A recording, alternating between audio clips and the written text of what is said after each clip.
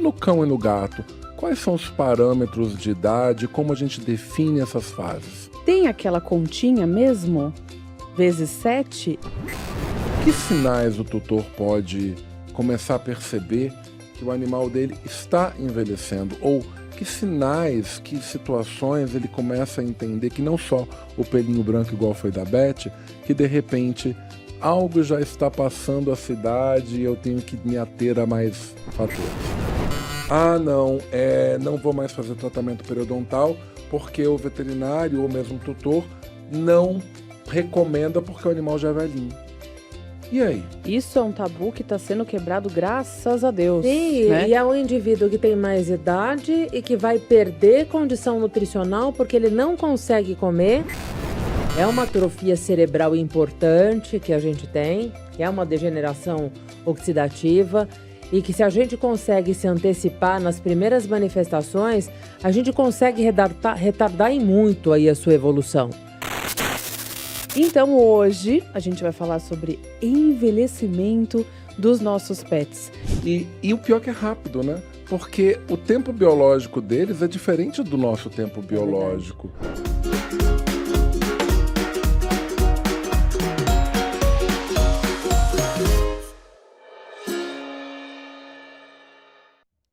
Eu sou Paulo Tabanês, médico veterinário, pós-graduado em clínica médica e professor em diversos cursos de pós-graduação em medicina interna e infectologia, além de diretor da Clínica Veterinária Tabanês em Brasília e membro fundador do Brasilês.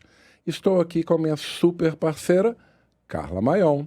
E é isso aí. Para quem não me conhece, eu trabalho com nutrição de cães e gatos há quase 14 anos, trabalho com comunicação, você já deve ter me ouvido em algum lugar, e me visto também. E aqui nesse podcast somos hosts para receber as melhores especialidades, as melhores indicações para falar sobre esses assuntos que são muitas vezes dúvidas de vocês, nossa e dos nossos colegas. Então hoje a gente vai falar sobre envelhecimento dos nossos pets. Com quem? Nada mais, nada menos Do que malevilhosa, né? Mas vocês já conhecem ela, dispensa comentários. Mas vamos lá, vamos E apresentar. você sabe, né, Carla, quando a gente montou esse tema e a gente começou a escrever esse roteiro, eu comecei a lembrar da Beth. Lembrar não, né? Eu comecei a notar a Beth. A Maria Elizabeth, Betinha, que a gente já falou em outros episódios, Sim. tá ficando velhinha. Eu comecei a perceber o rosto todo branquinho. E o pior que é rápido, né? Porque o tempo biológico deles é diferente do nosso tempo biológico. A percepção, a rapidez é um negócio muito, muito chocante quando a gente para ver o detalhe, né?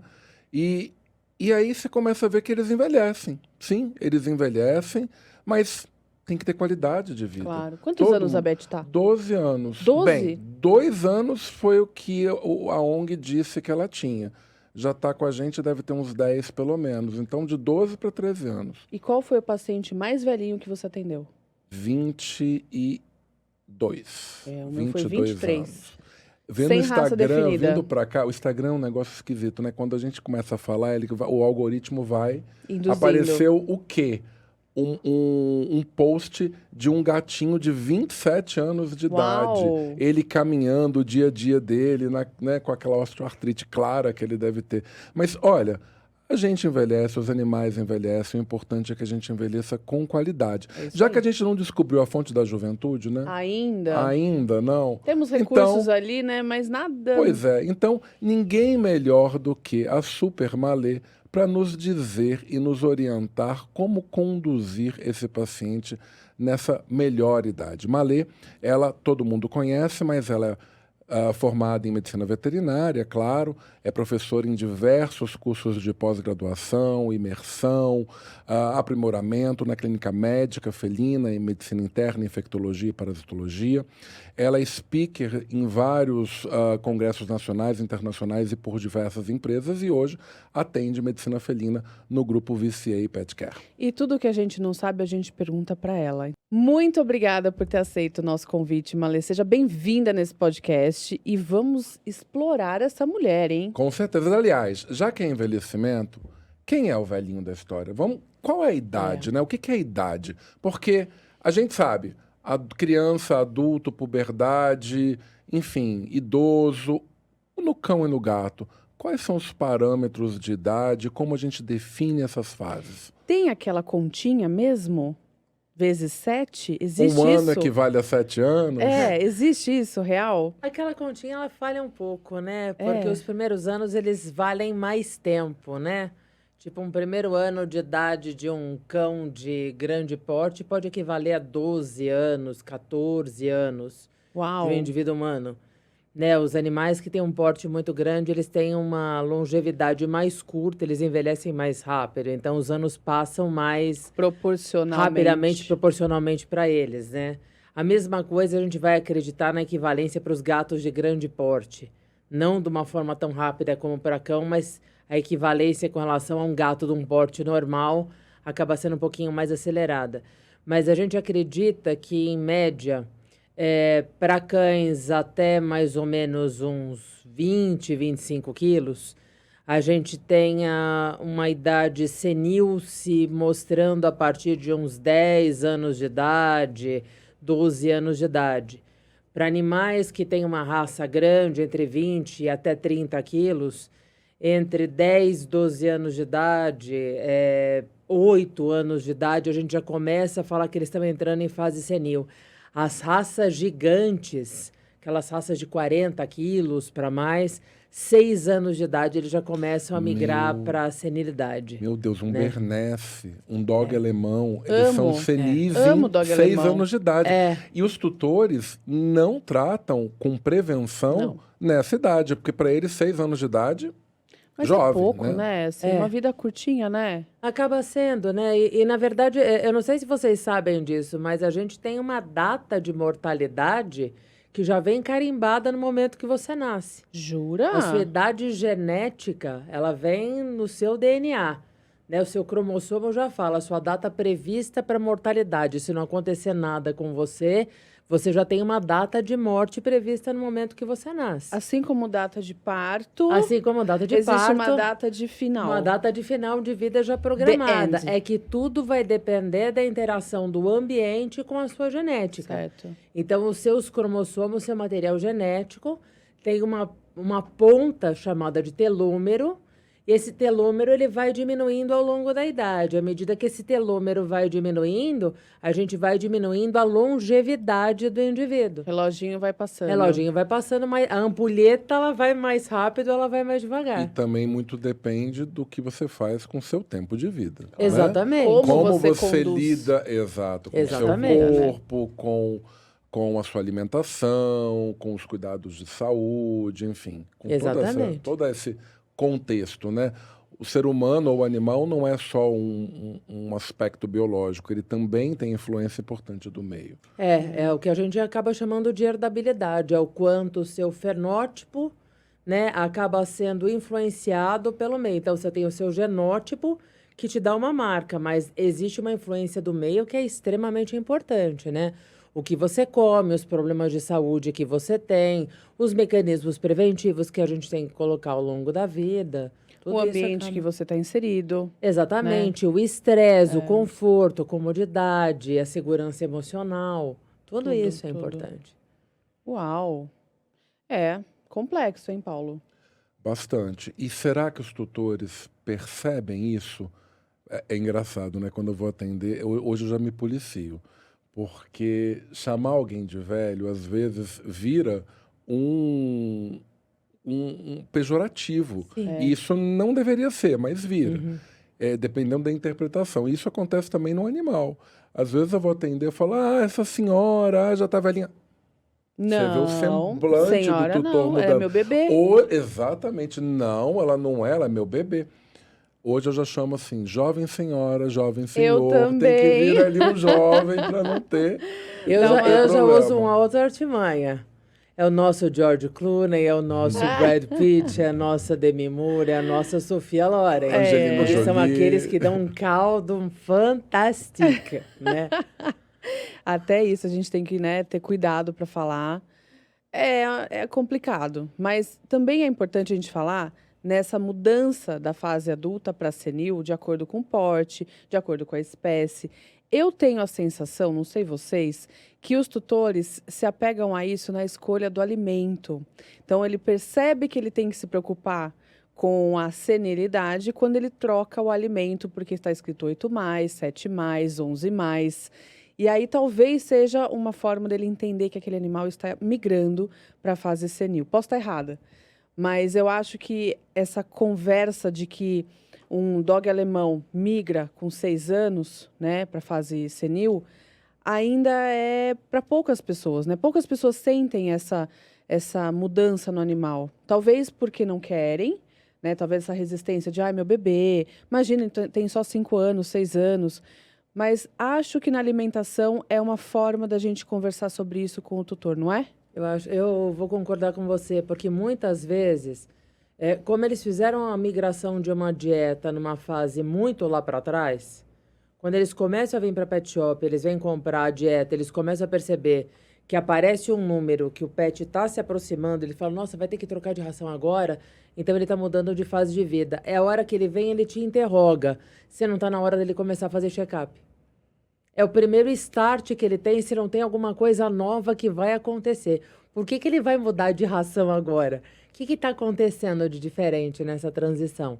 Então, existem alguns tutores que, efetivamente, eles se ligam naquele momento, eles falam, nossa, ele nunca fez um check-up. Tá na hora de já começar a fazer e dar uma... Inclusive, Pois né? é, né? Vamos lá, vamos puxar a orelha desse tutor, porque nunca ter feito um check-up... Não é só do tutor. Aham, Ó, calma. aham. A gente vai Vamos puxar, dividir a culpa. infelizmente, a orelha do médico veterinário É. Você também. tem toda a razão, toda a Porque razão. muitas vezes o tutor implora para fazer exames. Sim, E o médico veterinário desconsidera isso. sim. Ou não percebe que a prevenção vem antes de qualquer outra coisa. Verdade. O médico veterinário precisa trabalhar medicina preventiva. Com E eu certeza. entendo, ele entra na faculdade ávido para ser o house da veterinária, para diagnosticar, para tratar, para pegar caso difícil. E pouco é falado para ele sobre prevenção. Verdade. Quando a base de tudo isso está ali. Os animais têm que fazer check-up preventivo e acompanhamento da infância à Até o finalidade. final. Exato. Mas, concordo com a Malê, às vezes o que bate é a idade que eu vejo no saco da ração. É. Falando nisso, Malê, que sinais o tutor pode começar a perceber que o animal dele está envelhecendo? Ou que sinais, que situações ele começa a entender que não só o pelinho branco igual foi da Beth, que de repente algo já está passando a cidade e eu tenho que me ater a mais fatores? Cara, nós temos um checklist que é um checklist considerável, né? Eu vou começar com algumas coisas que talvez para o tutor não sejam chamariz de coisa ruim. Quer ver um exemplo? Adriane Galisteu um dia deu uma entrevista para a revista Corpo e, sei lá, Qualquer coisa. Corpo e alguma coisa, e falou que o segredo dela ter aquele corpão é que ela tomava 3 litros de água por dia. Então, um tutor que tem um pet que toma 3 litros de água por dia, que bebe bastante água, ele acha que tá tudo bem. Beber muita água, beber água em excesso, fazer muito xixi, né, a famosa poliúria e polidipsia, são sinais terríveis, porque eles podem estar sinalizando falhas importantes na economia hídrica. É um paciente que já pode ter uma disfunção renal importante, pode estar começando a descompensar com tendência à desidratação, pode ser manifestação de diabetes, pode ser manifestação de doenças endócrinas. Eu tenho indivíduos que começam a ter exagero no apetite. O exagero no apetite também pode ser uma manifestação de problemas endócrinos. A diminuição do apetite já pode ser manifestação de doenças renais, de doenças hepáticas. São indivíduos que começam a ficar, às vezes, nauseados por algum motivo, ou podem ter dor odontológica, eles podem ter uma odontopatia, né? Dor de dente, porque eles têm muito cálculo, porque eles já têm inflamação na boca. A gente tem indivíduos que têm artrose em mandíbula e começam a comer menos porque o alimento duro precisa ser mastigado e causa dor. Você tem indivíduos que podem começar a ter manifestações como esquecimento de coisas que são vitais para eles. Eles não lembram onde tem que deitar, eles deitam onde eles têm que defecar, eles defecam onde eles têm que deitar, eles urinam deitados, eles urinam dormindo.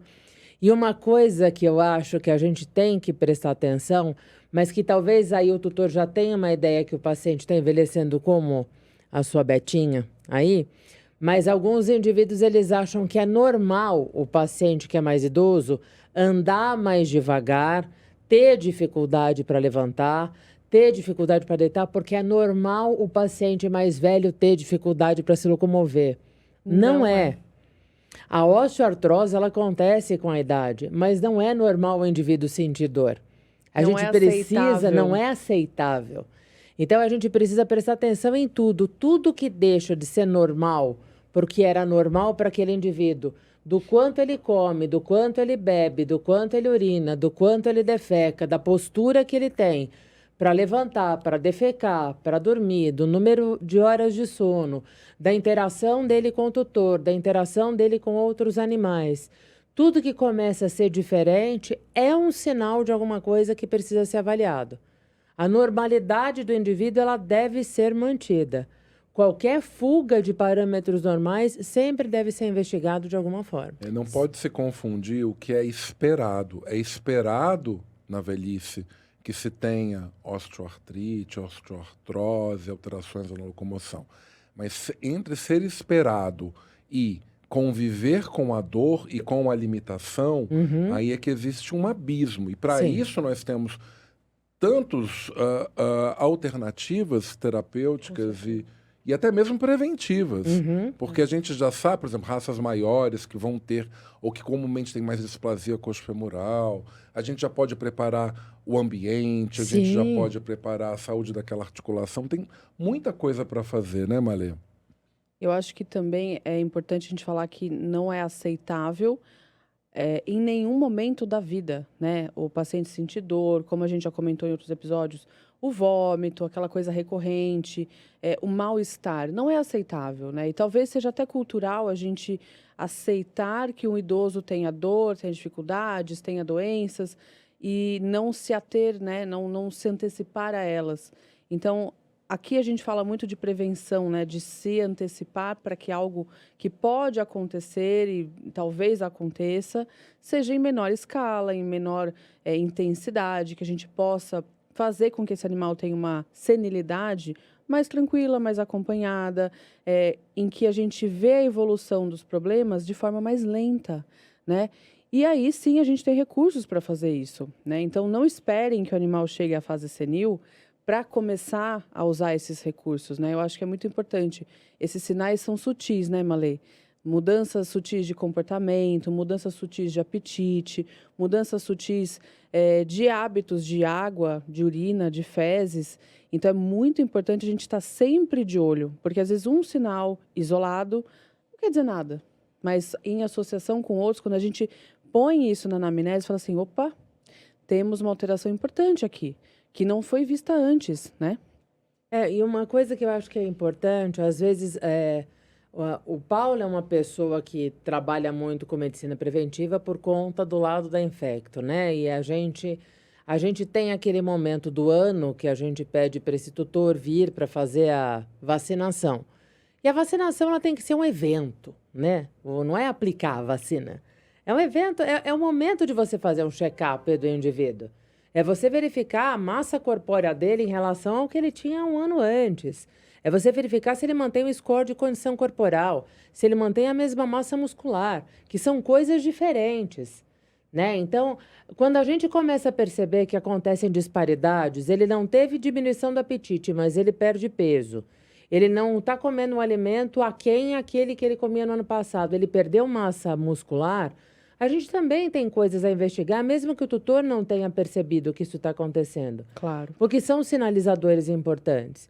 E uma coisa que a gente não vai esquecer é que no andar da carruagem, existem alguns fatores que acontecem no indivíduo idoso que eles são mais negativos. A perda de condição corporal e a perda de massa muscular no indivíduo que é idoso é esperado? É. Mas se está associado com algum processo de doença, traz um fator de mortalidade maior. A gente tem mais dificuldade de recuperar a massa muscular perdida no indivíduo que já evoluiu para a fase senil, porque ele entra numa fase mais de quebra do que de construção, né? Então, eu acho que a gente tem que ficar de olho nisso tudo, inclusive para verificar se nutricionalmente eu não tenho que fazer nenhuma mudança, se eu não tenho doenças ocultas que eu precise que eu precise pesquisar. Por isso que a tal da prevenção que o Paulo falou também, ela precisa ser empregada, e ela precisa ser empregada desde que o cara vem para a primeira consulta com a gente. E a gente precisa fazer isso a vida inteira. É muito mais amplo, né, Malê? É muito Porque maior. a gente pensa na prevenção quando é filhote. Sim. E tá certo. Também, tá errado não também, pensar, né? A Tá prevenção. certíssimo, porque se atrela a prevenção à vacina. E a vacinação, ela é uma fagulha dentro da prevenção. Quando você falou, o animal vem para vacinação porque tem que ser um evento. Tem, mas às vezes ele não virá todo ano para vacinação, esse evento tem que continuar. O show tem que continuar, entendeu? Show must go Logo, on. exato, só esse paciente ele precisa ser acompanhado independente da vacina.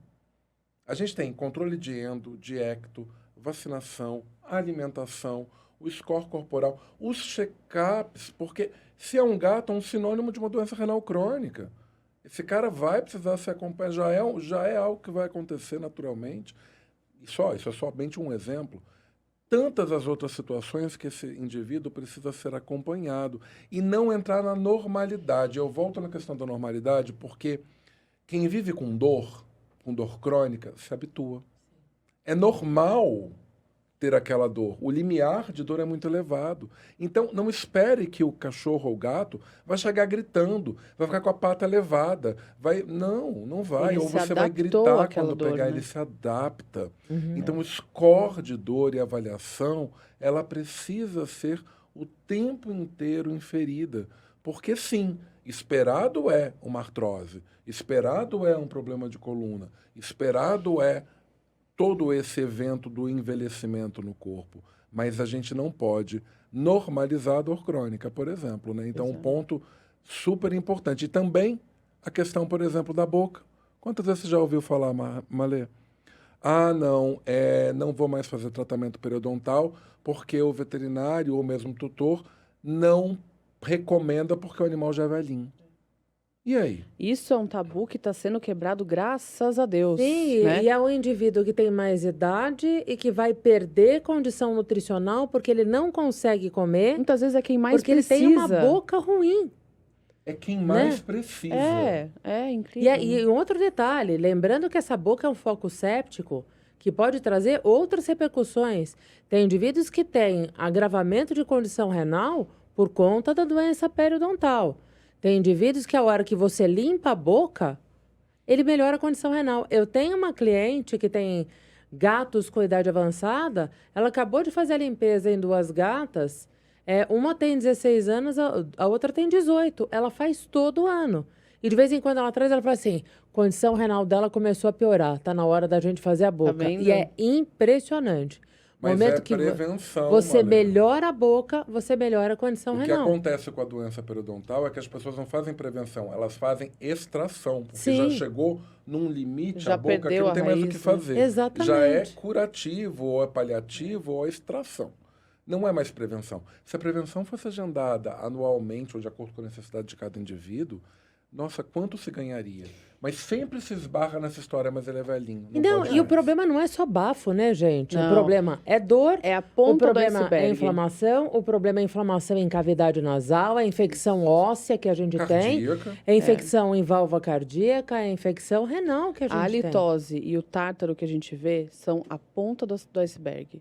Até porque a gente não enxerga, né? E aí precisa radiografar, precisa ter um profissional da odonto. Não é simplesmente levar no pet alguém que vai lá e raspa, sem anestesia, aquelas coisas, E né? não é fazer raspagem, né?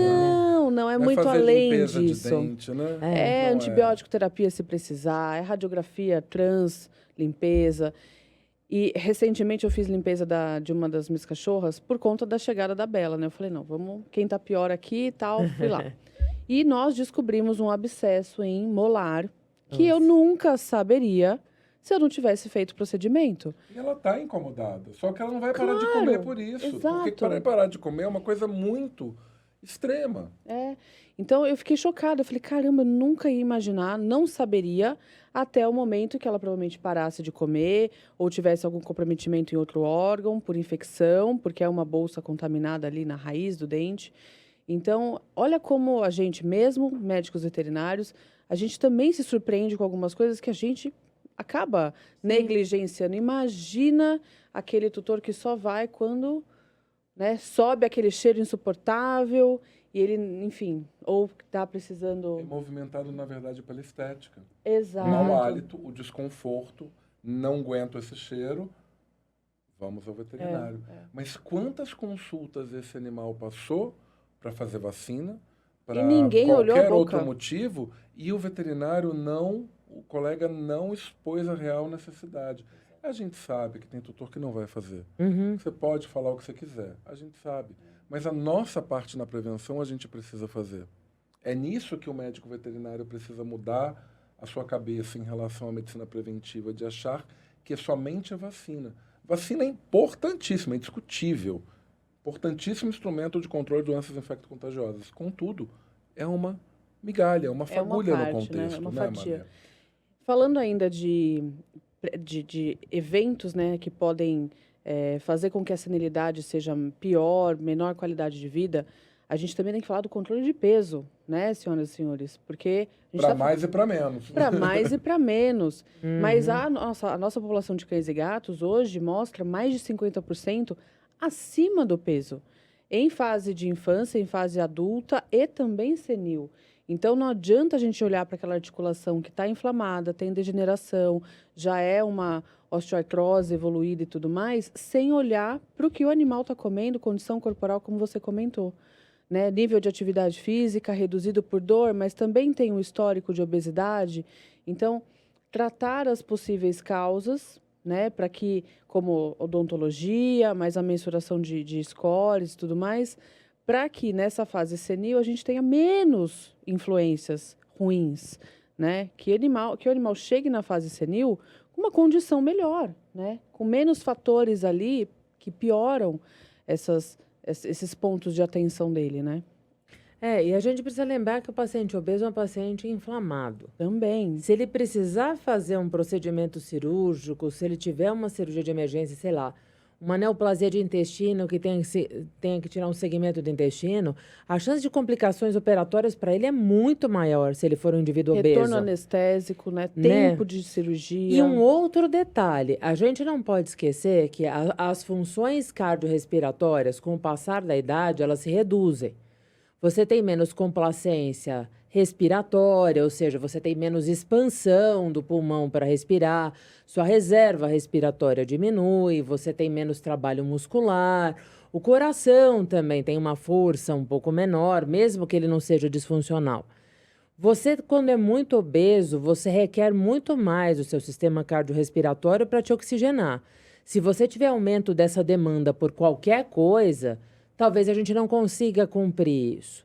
E o indivíduo que tem um paciente obeso dentro de casa, que tem um animal obeso dentro de casa, ele não tem ideia de que aquele shape fora significa gordura visceral também.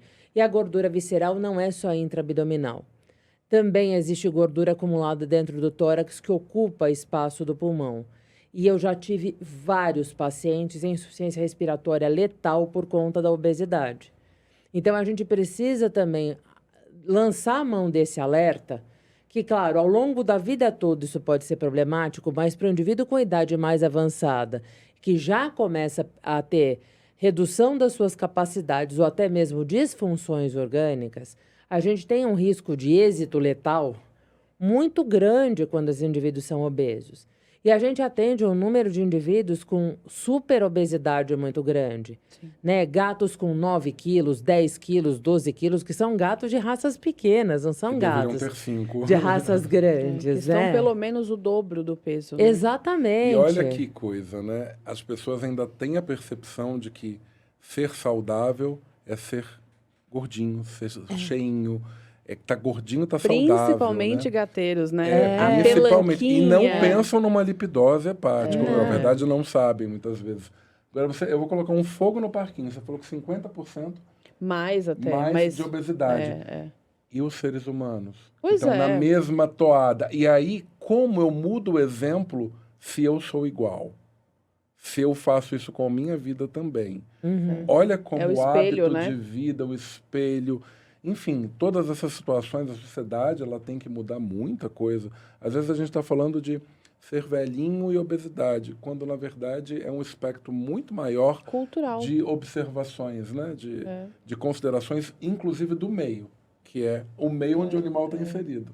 E é um cuidado. A gente tem que tomar um cuidado muito grande para não cair num problema do indivíduo entender que isso é gordofobia. Eu, por exemplo, eu fui submetida a uma cirurgia bariátrica, porque eu tinha obesidade mórbida, eu estava com problemas de saúde realmente importantes. Minha qualidade de vida melhorou muito depois da perda dos meus 56 quilos. Eu perdi 56 quilos, eu perdi uma pessoa.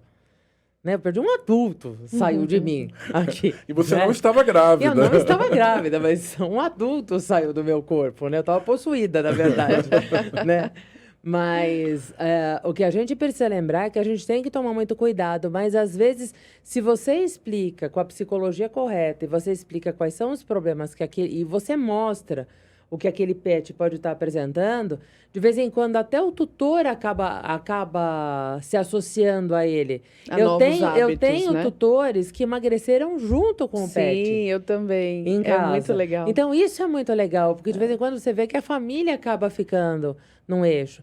E a gente precisa tomar muito cuidado, porque as pessoas estão muito carentes e, às vezes, a manifestação de amor é gratificação alimentar. São as linguagens do amor, né? E a gente pode ser isso, de fato. Exatamente. A gente precisa criar alternativas para a linguagem do amor, pelo menos não ser calórica. Substituições, né? Eu tenho paciente, mas e o pior, vamos piorar um pouco mais, assim, a gente não está falando sobre gordofobia. Óbvio que não. A gente está falando sobre o excesso de peso e obesidade impactando a saúde das pessoas e dos animais. Ponto. Estética não é o que a gente está conversando nesse momento. Eu tenho um paciente que ele tem momentos do ano que ele engorda. Ele vira uma sanfona. Gente, é um golden que já com 1 ano, 2 anos já tinha sido operado por ortopedista por displasia. Tem leishmania, hoje ele tem 8 anos, está com carcinoma de bexiga. Entendeu o contexto. Mas é um golden que pesa quase 55 quilos. E aí, esse é o problema. O pai da tutora tem disfunção cognitiva. Toda vez que ele fica um tempo na casa, comida, não adianta. É pão, é biscoito. E ela falou, olha, eu não tenho mais o que fazer. Olha que coisa delicada, né? Ainda tem esse ponto de como voltamos lá no ambiente, como influencia tudo, né? Uhum. E nível de atividade física também. Existe um cara crachá com a família, né? Eu sempre pergunto como é a atividade física, o que vocês fazem no final de semana, no dia a dia. E quando a gente começa a corrigir isso, como você comentou, a família também se ajusta, né? Existe um movimento ali de até... Mas você prescreve também pra gente, né? Você também consegue fazer isso pra mim. Monta uma dieta. Porque a gente vê que essa terceirização, né, de atividade física, de check-up, de só quando a água sobe, existe, né? E falta essa orientação, né, Paulo? E aí, quando a gente fala da prevenção, até voltando no que vocês estavam comentando de ser um evento, né? O show tem que continuar. Essa conversa tem que ser periódica. Uhum. E o paciente idoso precisa de pelo menos 2 visitinhas ao ano para que a gente faça essa conversa ser periódica. Porque a gente esquece, a gente tem multifunções, né? Muitas vezes tem mais de um pet, tem uma série de fatores ali que influenciam. Mas essa conversa periódica e esses ajustes finos, a gente consegue, né? Nesses encontros. Não tem como. Né? Enfim. Isso no idoso saudável. Porque exato. A gente nem falou ainda do idoso que tem doença aí... estabelecida já, de fato. Né? O no endocrinopata, naquele que tem osteoartrite. Porque o idoso saudável, ele é um carro. Quantas vezes você leva o seu carro na concessionária por ano para fazer revisão? Uma vez a cada 6 meses. Exatamente. Então, você tem que levar para checar que tá tudo bem, para garantir que tudo continue bem. Trocar ali uma correia, colocar um óleozinho, né? aquele filtro assim, do ar-condicionado. E só. E tá tudo Tá bem. tudo bem. né? Pra gente evitar transtornos. Mas se a gente não evita transtornos, é Mas talvez... mesmo fazendo tudo isso, tem horas que a gente leva esse carro e tem que trocar o pneu, tem que Sim. fazer uma coisa mais complexa. Porque vai começar a ter desgaste. E pode Faz ser, parte. pegando esse gancho, pode ser que o carro esteja ótimo hoje e na semana que vem deu uma luzinha acesa no painel que você fala, o que é isso? Sim. Que não existia? Isso é viver. É Exato. isso, Mas pra eu eles e trouxe pra ele pra gente. revisão da semana passada. Mas mudou. Mas hoje é um outro dia. É outro dia. E Malê, se você puder dar, sei lá, algumas dicas, algumas orientações de como o tutor que acabou de fazer essa virada de adulto para senil, o que ele precisa observar no pet? Quais são os pontos ali de atenção novos, né, sinais que o pet pode desenvolver nessa fase, até para ele ficar um pouco mais ligado, além das visitinhas periódicas, né? Eu acho que os meus pontos mais chave, eu gosto sempre de observar ingestão de água. E eu sempre já falo a despeito dele conseguir ou não observar a ingestão de água, que ele garanta a água disponível à vontade, que essa água fique abundante em casa. E se for E gato, assim, mais ainda, se for né? gato, mais ainda. O gato é um indivíduo que é insensível à sede, né? Para ele ter o disparo, eu tenho que levantar para beber água, ele demora mais. Então, eu gosto de deixar a água pelos pontos onde ele costuma transitar pela casa. Porque ele passa, uau, tem água aqui, acho que vou parar e vou dar uma lambida. Né? Para a gente garantir que ele não passe privação. A outra coisa que eu acho que é fundamental é realmente tentar observar se não houve diminuição da ingestão. E fazer controle de massa, controle de peso do paciente, eu acho que ele deve ser feito todo mês. Isso dá para fazer em casa. Mas eu acho que a gente precisa controlar se realmente a gente tem um indivíduo que está estático ou se tem um indivíduo já começando a fazer oscilações, porque existem doenças como o próprio câncer, como a doença renal, como doenças endócrinas, que a gente consegue ter como primeiro marcador oscilações aí da massa do indivíduo. O comportamento do indivíduo dentro de casa, né? As interações que ele faz, alterações... da interação dele com as pessoas, da interação com quem ele costume ter mais interações. Eu acho que isso é importante porque a gente vai lembrar que existem fases em que a gente vai ter alguns desligamentos e a gente precisa se antecipar antes que esse desligamento completo ele aconteça. Porque às vezes a gente consegue fazer uma intervenção e postergar problemas. Você está falando de Alzheimer canino? A gente usa o termo Alzheimer canino, mas na verdade não é o Alzheimer, né? Quando a gente fala da disfunção cognitiva, é uma atrofia cerebral importante que a gente tem, que é uma degeneração oxidativa, e que se a gente consegue se antecipar nas primeiras manifestações, a gente consegue retardar em muito aí a sua evolução, né? Com a utilização de antioxidantes, com a utilização de medicamentos que às vezes mantenha a perfusão cerebral melhor, como o próprio ômega aí no meio do caminho. Né? A gente estava tendo uma conversa nos bastidores aí a respeito da terapia com canabinoides, né? Então, a gente vai lembrar que os canabinoides também têm entrado nessa alçada agora, apesar da gente ainda não entender tão bem isso, mas existem medicamentos que podem ser utilizados para tentar fazer uma desaceleração aí desse processo. E esses indivíduos que são indivíduos que começam a entrar em fase senil, porque a gente precisa lembrar que da mesma forma como o indivíduo humano, a sua vozinha, o seu pai, o seu tio, a gente percebe que são indivíduos que são muito mais sensíveis ao estresse. E são indivíduos que começam a desenvolver comportamentos mais ansiosos. Então, que a gente precisa tentar diminuir esses comportamentos de ansiedade. Então, de vez em quando, a gente dá umas indicações de diminuir a luminosidade do ambiente para melhorar as horas de sono desse pet, colocar cortina nas janelas para o amanhecer, na verdade, principalmente nos dias que são dias mais longos do ano, para que esse amanhecer seja um amanhecer não tão brusco, para que ele tenha mais horas de sono, evitar os movimentos bruscos, não fazer uma movimentação muito, brusca com ele, tentar evitar muitas oscilações de ambiente. Leva o pet para lá, leva o pet para cá, carrega o pet para cima, carrega o pet para baixo, traz toda a família para visitar a casa. O cachorro não gosta de visita, o gato não gosta de visita. Vamos deixar esse ambiente um pouco mais tranquilo, vamos visitar os outros e deixar o ambiente dele um pouco mais reservado. Um pouco mais reservado. Também, né, Malê, preparar o ambiente com antiderrapante, com a estrutura do ambiente, porque é um animal mais frágil. Ele vai escorregar, é igual a gente. O que mata velho? Tombo. Quedas. Tombo, né? Desidratação. É isso que mata velho. Sim. Então, assim, a gente tem que ter o mesmo cuidado com o ambiente, né? Para esse paciente não ter acidentes, né? Rampas, Piscina, escadas, por né? exemplo, quem mora com casa é piscina, o animal desequilibra e cai na piscina, não tem tela, não é fechada. E de vez em Pacientes quando ele já não está enxergando tão bem também, ele já perde a tem acuidade alterações visual. neurológicas, fazem, por exemplo, uma convulsão e caem. Você tocou num ponto muito sensível, né? Porque a maior parte das pessoas agora não tem mais casa com carpete, né? É porcelanato. Os apartamentos agora tem porcelanato. Tudo O indivíduo que tem porcelanato. doença articular degenerativa é venenoso para ele um ambiente com piso liso. Né? Na época que a gente estava na faculdade, né, Paulo? Porque a gente eu não, é porque eu formei jovem, agora depois de 2000. né?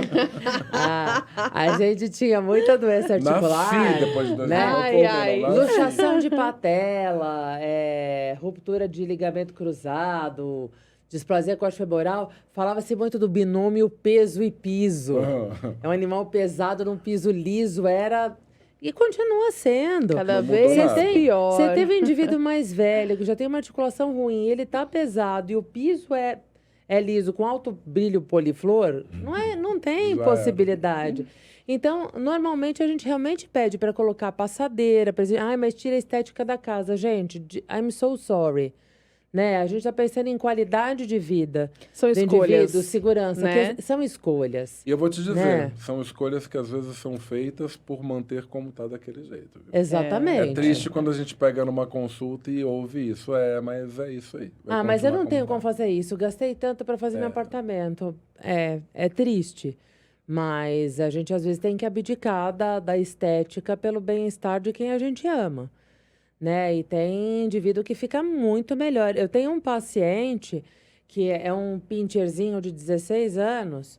Ele faz uma contratura de membro torácico, uma contratura da mão, porque ele tem uma hérnia cervical bem feia. Só da gente colocar a passadeira para ele, os tapetinhos de borracha para ele na casa, ele voltou a pisar normal. Pelo fato dele não ter Tá mais a patinando, patinada. né? Só isso já fez ele melhorar. Não precisou fazer nenhuma mágica por ele. Então, eu acho que a gente precisa lembrar disso, que é um ponto sensível. E outra coisa, lembrar da cama confortável, porque de vez em quando tem a caminha bonitinha, mais ordinária, e de vez em quando a gente acha que o pet pode deitar em qualquer lugar, porque ele dorme enroscadinho e tudo bem. Ele estava acostumado a dormir no chão a vida inteira, mas não. Ou ele conseguia subir no sofá e agora não consegue mais. Coitado, então escadinha para subir no sofá, um facilitador de escalada. Para subir Pra e para ele descer, subir, porque pra ele cair descer. de uma cama alta já é um grave problema agora. E lembrar que esses pacientes também, quando eles estão ficando mais velhinhos, aqueles que já começam a ficar com aquela cabecinha mais torta, aqueles pacientes que já têm aquela catarata, aqueles que já começam a trombar com a cabecinha em tudo quanto é lugar, às vezes talvez não seja a melhor ideia colocá-los para dormir em cima da cama também. Sim. Às vezes você tem tutor que vai ter que começar a dormir mais baixo. Porque Ou se eles colocar uma cama legal do lado da cama. colocam uma acessória mais Exato. baixa para que ele não caia, porque justamente eles têm risco de acidentes que são acidentes bem graves, né? Sim, e ó, que dependendo da queda do animal que cai de uma cama, a gente está falando de fratura, de Sim, concussão cerebral, de de uma série de óbito. outras coisas, né? Exatamente. Posso provocar vocês um pouquinho? Aff, Maria, que Adoro. Os medo. dois, eu Que acho. medo. Ai, Adoro. rufem os tambores. Adoro. Soem os Essa- clarins. Pessoal, dúvida de milhões. Animal idoso, vacina ou não vacina? Eu sabia que a E aí, expressão de Malê, tem vocês... idade para parar de vacinar? I'm so sorry, Eu queria mas... essa expressão aqui, ó. I'm so sorry, mas não tem idade para parar de vacinar. Esses dias, eu sempre falo isso nas aulas, uma colega que fez aula na pós comigo mandou um Instagram, um direct, falando, doutor, aqui na minha cidade tem uma colega, uma endócrino, que ela está divulgando que 10 anos é o momento que a gente não faz mais vacina. A partir daí, eu falei, nem 9, nem 11, 10 anos. Eu não sei de onde saiu esse dado. Fontes da minha cabeça. Fontes da minha cabeça, né, Malê? Desculpa se for você assistindo a gente, mas... Me passa a fonte. Tá tudo bem, só me passa a fonte. Tchau. Eu É tchau. Gente, E aí? o que se decide para vacinar um animal? Qual é o critério de decisão? Qualquer vacina em qualquer idade. Não é a individualização, Risco. não é o estilo de vida daquele Risco paciente, individual. não é o risco, o benefício, a vantagem, a desvantagem. É um velhinho cheio de artrose no 17º andar do apartamento, no centro da cidade, que ele sai do sofá para a varanda para tomar sol e volta. Eu vou vaciná-lo contra giardia, contra lepto, contra... Não vou, gente. Não tem porquê. Sinomose parvo todo ano, não tem sentido isso, né? Aliás, já não tem sentido isso para todo ano, para várias outras idades, mas independente de qualquer coisa, né, Malê? Então, entenda se aquele animal... Ah, não. É a poodle branca chamada Mel. Ela não morre, nem se você quiser ela vai morrer. Ela vai viver para sempre. Ela tem 27 anos, ela está jogando malabares no sinal para angariar fundos para a família. Então, ela está exposta, né, Malê? Ela vai tomar qualquer coisa que for preciso. E você tem aquele border collie chamado Toby, que ele tem 18 anos, ele continua correndo com o tutor no Parque do Ibirapuera. E dando carreira em gato, dando carreira em pombo, dando carreira em todo mundo. Então, tudo vai depender do estilo de vida de cada um. Não tem contraindicação para fazer a vacina. O que vai depender é de ter desafio. Esse paciente é desafiado, ele tem risco, ele tem que ser vacinado. Eu tive pacientes com idade avançada que tiveram sinomose. Sim. E foram cães de veterinários que tinham parado de vacinar. Sim. Olha só. De colegas Sim. veterinários. E não era sinomose que estava incubada ou latente. Foi sinomose clássica, foi quadro respiratório com viremia. Significa que eles foram infectados naquele momento. Mas por quê? Porque eles pararam de ser vacinados e foram desafiados. Cachorros que ficaram... Sabe aqueles cachorros que ficam na garagem da casa e conversam com Cuidando o vizinho do que portão. vem no portão, com o cachorro que passa no portão? Todo mundo que vai. Então... E a grande maioria, Esse cara né? tem que ser vacinado. Então, a gente vai ter que selecionar, e é o que a gente sempre bate na tecla. Cada indivíduo é um indivíduo. Não existe protocolo engessado. Agora, um cuidado, sim, tem que ter com o mais velhinho, com a senescência. Porque existe senescência da resposta imunitária. Claro, com certeza existe. Então, se o paciente ele já conhecia o antígeno vacinal, se ele já toma aquela vacina sempre, a vida inteira, tudo bem, ele tem memória imunológica, ele tem duração de imunidade legal. Você literalmente vai revaciná-lo quando necessário. Agora, se ele nunca experimentou aquele antígeno, se ele não conhecia, é uma vacina nova e ele já é idoso, esse é um paciente que você tem que tomar cuidado em relação à soroconversão. Porque com a senescência da resposta imunitária, realmente existe uma redução do CD4, do CD8, de uma produção adequada de anticorpos, uma mudança do título. Então, tudo isso acontece. Logo, esse paciente, a gente tem que ter cuidado em saber se ele foi vacinado e se ele foi imunizado. Cheque as sorologias, entenda se realmente pós-vacinal ele precisa de alguma outra dose ou não, entendeu? Correto. Esse é o ponto que eu acho que é o mais importante de fato. Muito bom. Ou seja, depende. Agora, tem mais um ponto. Vou falar mais uma para vocês. Com relação à administração de antiparasitários. Vamos lá, mais uma, hein? É muito frequente a gente atender pacientes que vêm com quadros de inflamação intestinal, vômito, diarreia, perda de peso, fazem ultrassonografia, o intestino está inflamado, e daí a galera já começa, vão corticoide, doença inflamatória intestinal, linfoma, neoplasia. Deixa eu adivinhar o que você vai falar. Não sei o que. Aham. E não fez um copro parasitológico. Não fez um copro entendi. parasitológico. Eu tenho na minha lista quadros relatados de indivíduos que fizeram biópsia, a biópsia deu como uma doença inflamatória intestinal. Porque tá inflamado não mesmo, né? tinha feito copro parasitológico, eu fiz o copro, deu giardia, tratei, resolveu o problema. Só que o cara pagou uma biópsia, um histopatológico que não precisava. E uma endoscopia? Então, eu tive um paciente Chegou. que fez uma endoscopia e dentro da endoscopia estava cheio de verme. Que caro, Foi né? um pra parasitológico descobrir. bem caro. Então, também não existe idade para ter verminose, Sim. né?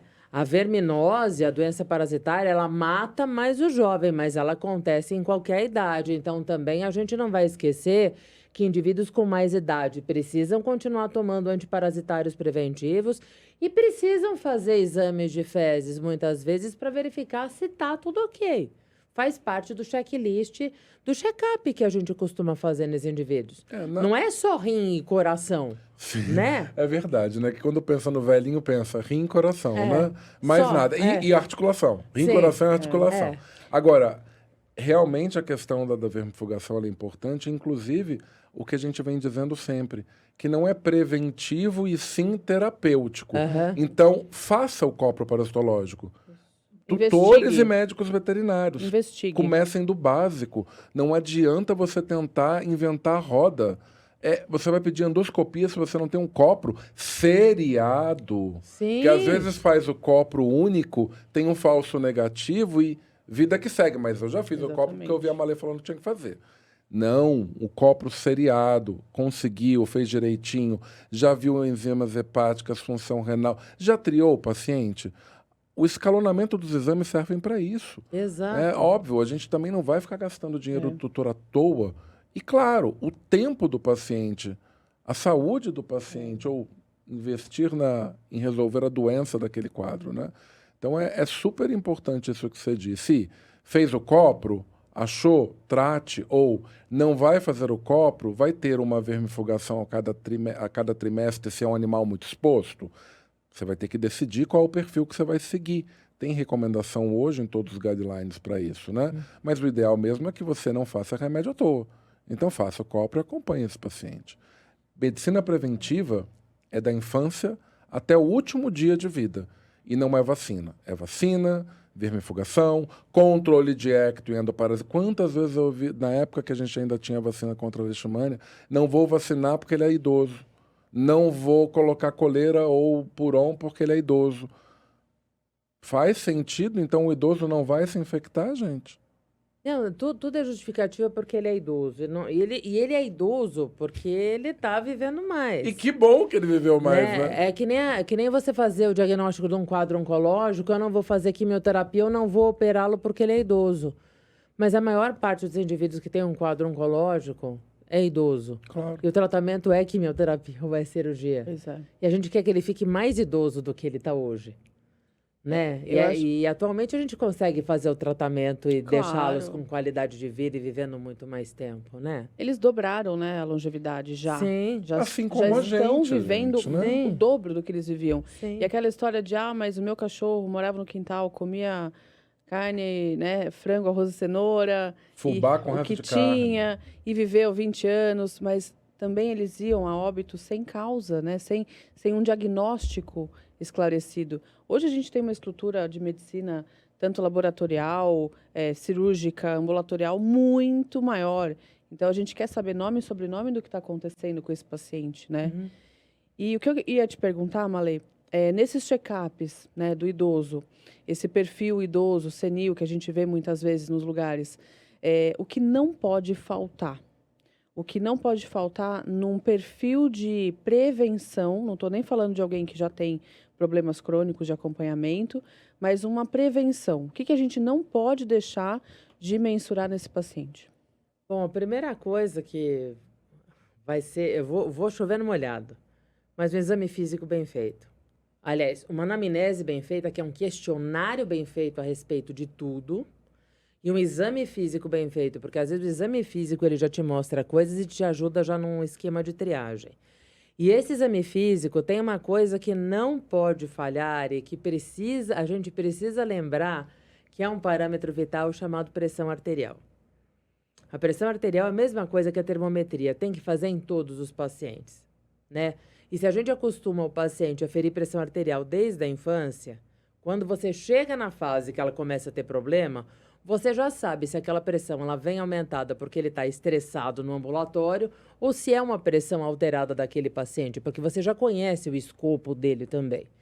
Então, isso é uma tecla que eu bato sempre. Todos os meus pacientes eu faço aferição de pressão arterial.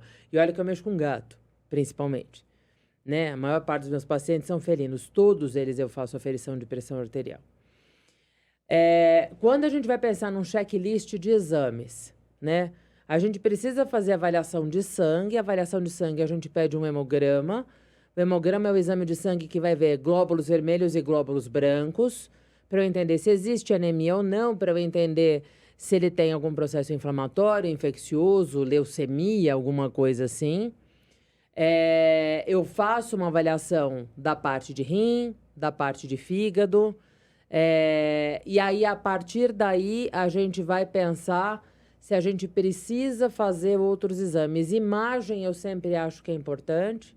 Se for possível, uma triagem de abdômen pela ultrassonografia, que é um exame sensível para abdômen. Uma radiografia do tórax, porque eu acho que é um exame sensível inicialmente para coisas mais grosseiras. Se precisar refinar a busca, existe a tomografia depois, mas a gente não pede nunca a tomografia como triagem. E para os pacientes com mais idade, a avaliação cardiológica eu acho que é interessante. Mas nem todo paciente precisa fazer o combo cardiológico completo. Tudo também depende da sua avaliação física, da sua auscultação. Mas um eletrocardiograma, um ecocardiograma, para muitos pacientes vai se prestar muito bem.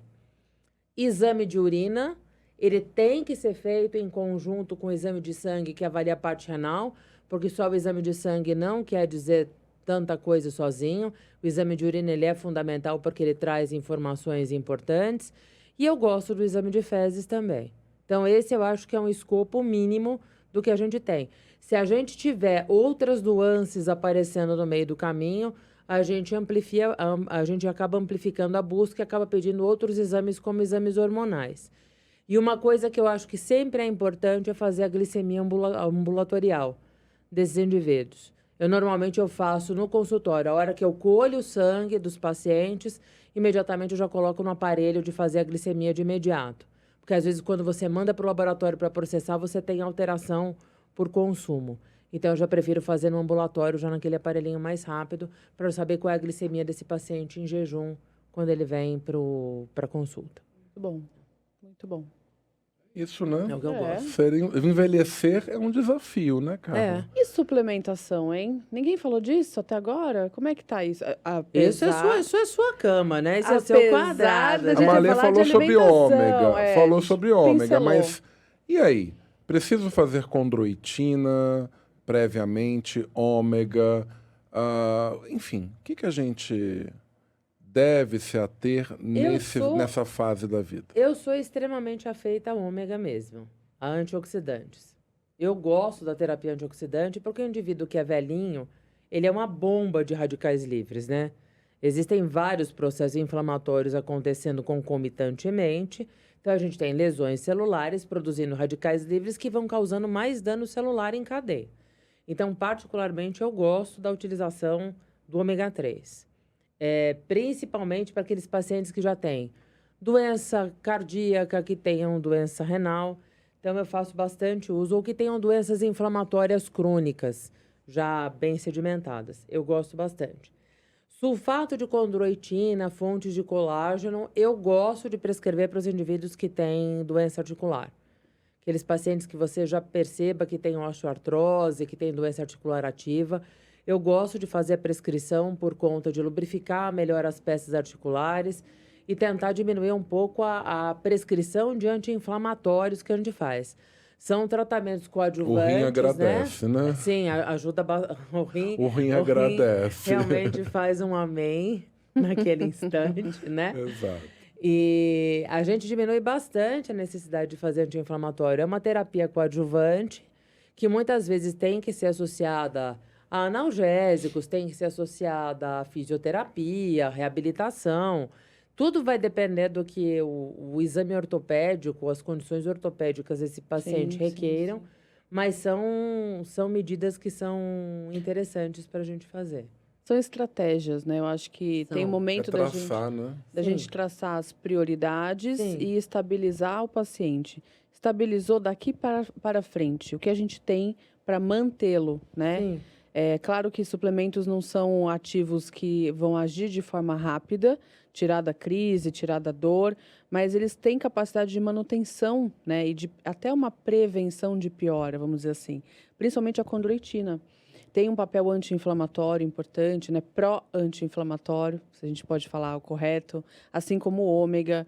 E associá-las, né? A associação de ômega à condroitina, ao colágeno tipo 2, tem uma série de benefícios que muitas vezes a gente enxerga no todo, né? No 360 daquele paciente, mas que a gente deve considerar, né? E o tutor também hoje traz uma curiosidade, traz uma carência de informação sobre essas estratégias naturais, né? Muitos tutores hoje não querem ficar fazendo anti-inflamatório, não acham isso saudável, com razão, mas em muitas situações a gente vai sim usar.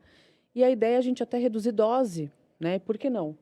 Associando outras terapias, suplementos, estratégias individuais, redução de dose e manutenção desse paciente, né? Então, eu acho que esses ativos, que são vários, né, assim como a condroitina, a glucosamina, o colágeno tipo 2, o ômega e outros ativos como canabidiol, têm uma ação sinérgica com tudo aquilo que a gente está construindo para uma longevidade mais saudável, né? Mais feliz, não é nem saudável, é mais feliz, que esse paciente possa viver ali os próximos meses, anos, com qualidade de vida, né? É o que a gente quer. E saia daquela aceitação de que velhinho precisa conviver com dor. Sim. Não precisa. Não precisa. Né?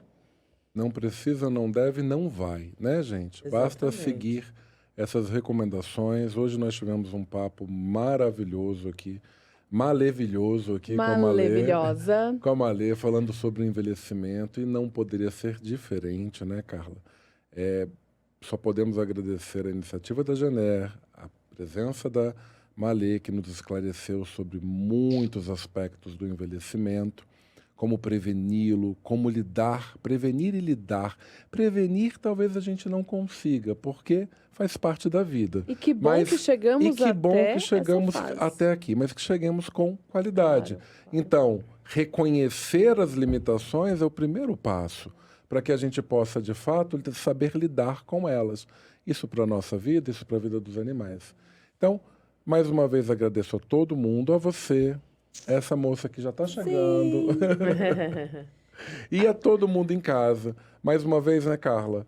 Mandem as Compartilhem perguntas. os conteúdos que a gente Exato. produz aqui, essas dicas com os experts, compartilhem com os amigos, com os veterinários que já acompanham o pet de vocês. Mandem sugestões. Lógico. Aqui é um ambiente para a gente conversar e descomplicar muitas coisas.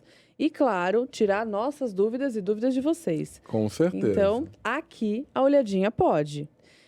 Ainda só para fechar um pouquinho dos nossos velhinhos e velhinhas, muita paciência, muita dedicação. Não é fácil ter um pet idoso em casa, a gente sabe, mas isso é sinal de que você passeou por todos os anos da vida dele com saúde. E em algum momento, a luzinha no painel vai acender e você precisa se dedicar para dar o melhor para ele. E aqui a gente quer sempre o melhor para os nossos pets, não é? Exatamente, para isso que estamos aqui. Malê, muito obrigada mais uma vez. Muito obrigada para vocês, obrigada pessoal de casa. Foi um prazer. E daqui a pouco a gente tem mais um episódio com grandes nomes aqui, porque aqui... A olhadinha pode. Até o próximo.